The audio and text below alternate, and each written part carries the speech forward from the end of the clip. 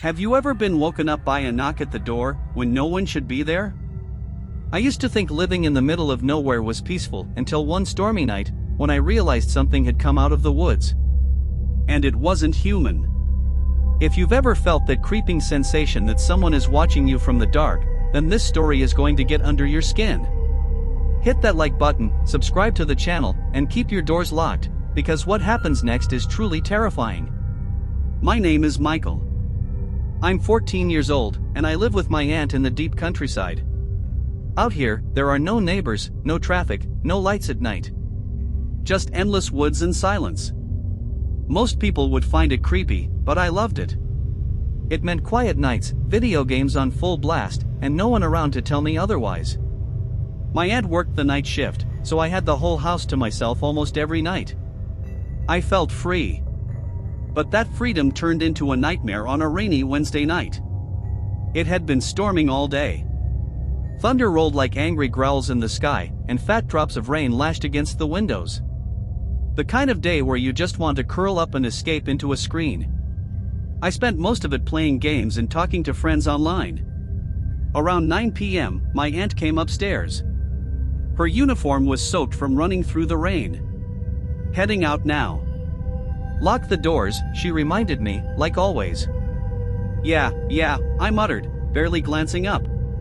By 11 p.m., my eyes were heavy. I laid down, pulled the covers over myself, and put on a YouTube video to fall asleep to. It was peaceful, until it wasn't. I don't know what woke me up, but when I opened my eyes, everything was still. No thunder. No wind. Just a sharp knock at the front door. Knock. Knock. I sat up, heart pounding. Who the hell would be at the door this late? I pulled the curtain back just enough to peek outside. No one. Confused, I told myself it was probably a prank. Maybe someone got lost and left. But then I checked the time. 3:07 a.m. Out here, there were no kids. No random travelers. The nearest house was 8 miles away. My stomach turned. Before I could process it, a loud bang echoed from the basement. My breath caught in my throat. Thunder, I whispered to myself. It's just thunder. But deep down, I knew that sound wasn't from outside. The basement door was locked. My aunt always insisted. She had this fear that someone could sneak in from the back entrance. I crept out of bed, barefoot and shaking, and that's when I heard it. Creak. Creak. Footsteps. Heavy and slow, coming up the wooden basement stairs. I froze. My skin prickled, and my mouth went dry. I grabbed my phone and called 911. The operator's voice was calm, but firm. Go to an upstairs room.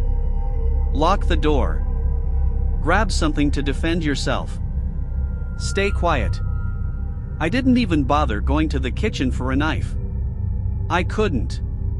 Whoever it was already in the house. I slipped into my room, shut the door as quietly as I could, and slid into the closet. The footsteps stopped. Silence. Then the banging started again. Slam. Slam. Slam. They were trying to bust down the basement door. My heart was racing so fast I thought I'd pass out. I tucked myself behind jackets and shoes, pressing the phone to my ear as the operator whispered instructions. Then, it stopped. Total silence. Until the scream. It wasn't a normal scream. It was guttural, insane. Like something unhinged. It echoed through the house like a war cry from hell. Then I heard wood splinter. Crash. The basement door was down. He was in. Thundering footsteps pounded up the stairs. The scream never stopped. It got closer. Louder.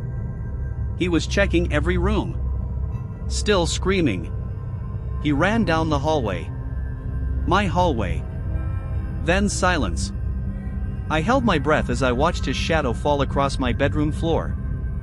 He opened the door. Still. His breathing was heavy. Animalistic. I could see through the slats of the closet. He looked deranged. Matted hair, white eyes, and the biggest smile I had ever seen. Like it was carved into his face. He looked under my bed. He looked behind the dresser. And then, I let out a small puff of air.